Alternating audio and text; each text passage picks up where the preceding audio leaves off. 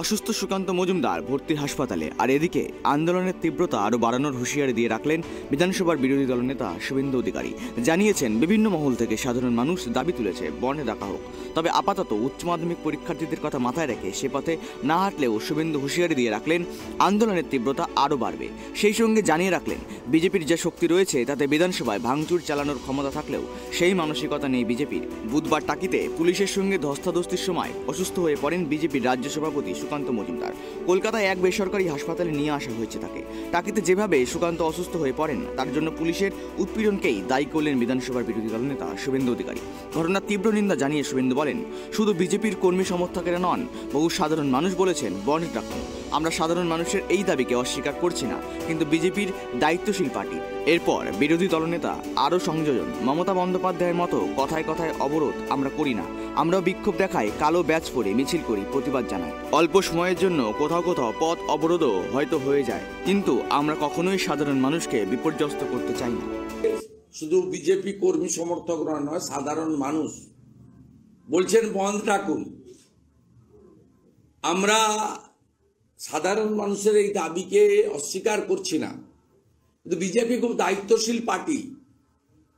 মমতা ব্যানার্জির মতো কোথায় কোথায় অবরোধ আমরা করি না, আমরাও বিক্ষোভ দেখাই, মিছিল করি, কালো ব্যাচ পরি, ডেমনস্ট্রেশন করি। অল্প সময়ের জন্য রোড ব্লকও হয়তো কোথাও কোথাও হয়ে যায় বিক্ষোভে, কিন্তু আমরা কখনোই সাধারণ মানুষকে বিপর্যস্ত করতে চাই না।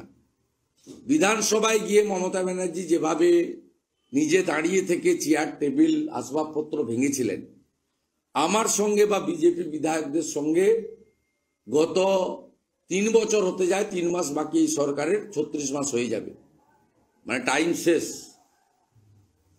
এই সময়কালে যা যা করেছেন আমাদের সঙ্গে, আমরাও চাইলে বিধানসভাতে মমতা ব্যানার্জির দেখানো পথে ভাঙচুর করতে পারতাম। সে ক্ষমতা, সে শক্তি, সে মানসিকতা, সে মানে আমাদের বলা যায় আমাদের সে শক্তি আছে, কিন্তু আমাদের মানসিকতা নেই। আমরা বিজেপি করি। বিজেপি এই ধরনের বাস ভাঙো, গাড়ি জ্বালাও, রাস্তা ভেঙে দাও, কেটে দাও, সরকারি সম্পত্তি ভাঙচুর করো, পুলিশকে মারো, এ কাজ আমরা করি না। আমাদের আন্দোলন থামবে না। আমরা ইতিমধ্যে গতকাল বসিরহাটে জেলা এসপি অফিস বিক্ষোভে যেভাবে হাজার হাজার পুলিশ এনে সঙ্গে তৃণমূলের ক্যাডার রেখে আক্রমণ করা হয়েছে, প্রায় 30 জনের বেশি ইনজোর্ড, 20 জন এখনো হসপিটালে।